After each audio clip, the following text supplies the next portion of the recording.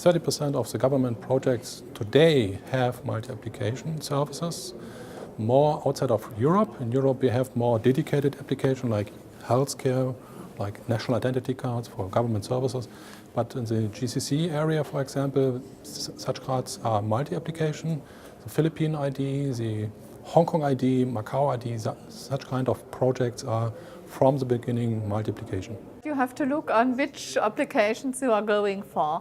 For example, I don't think for the banking or for the electronic ID in the sense for, as we talk it here, e-passports or so, we will have multi-application scenarios. But we will have multi-application scenarios, for example, for authentication, for different applications. In the enterprise business, we already have multi-application scenarios, and I think we will move forward in this term. I don't think it's too complex to realize. In many ways, it's already here.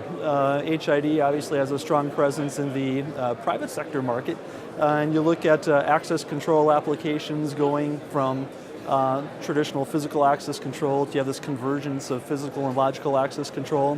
You look at a campus environment, you have cards or credentials performing, again, access control, logical access control applications, purchases, checking out books, etc.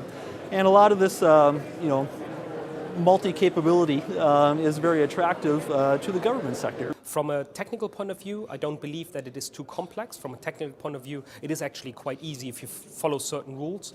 The question is more, from my point of view, on a policy side. I mean, if you have an official ID document that is being issued by a government for certain purposes, like, for example, traveling or identification, do you really want to share that same document, the same infrastructure with a private organization, like, for example, a bank or a rental car company? So this goes, from my point of view, more into the policy side of things. On the other hand, you do see a lot of countries, the Baltic states, for example, where you do have cards that are multi-application cards. Or take, for example, the Macau ID card.